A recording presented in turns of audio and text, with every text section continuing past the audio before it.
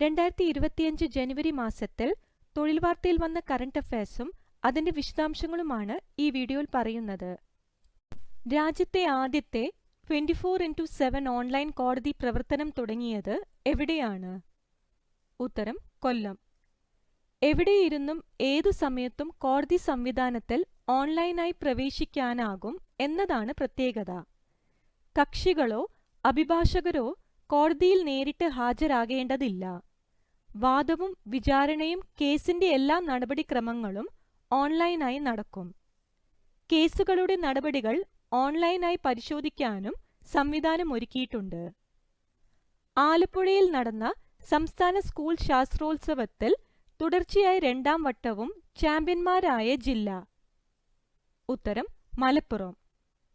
കണ്ണൂർ, കോഴിക്കോട് എന്നിവ യഥാക്രമം 2, 3 സ്ഥാനങ്ങൾ നേടി. 2024 73ാമത് വിശ്വസുന്ദരി കിരീടം നേടിയത്? ഉത്തരം വിക്ടോറിയ കാജർ തിൽവിഗ്. ചരിത്രത്തിലാദ്യമായാണ് ഡെൻമാർക്ക് കിരീടം നേടിയത്.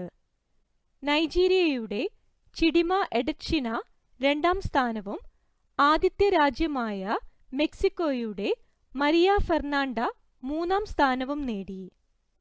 ഇന്ത്യയുടെ റിയ സിൻഹ മികച്ച 30 പേരുടെ പട്ടികയിലെത്തി. G20 രാജ്യങ്ങളുടെ 19ാം ഉച്ചകോടി നടന്നത് എവിടെയാണ്? ഉത്തരം റിയോ ഡി ജനീറോ. നവംബർ 18, 19, 20 തീയതികളിലാണ് നടന്നത്. ലോക പ്രമേഹ ദിനം എന്നായിരുന്നു? ഉത്തരം നവംബർ 14.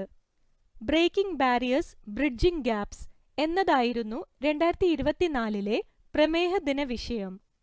സംസ്ഥാനത്തെ 20 വയസ്സിൽ താഴെയുള്ള 3000ഓളം ടൈപ്പ് 1 പ്രമേഹ ബാധിതരെ സഹായിക്കാൻ സംസ്ഥാന സർക്കാർ ആരംഭിച്ച പദ്ധതിയാണ് മിഠായി.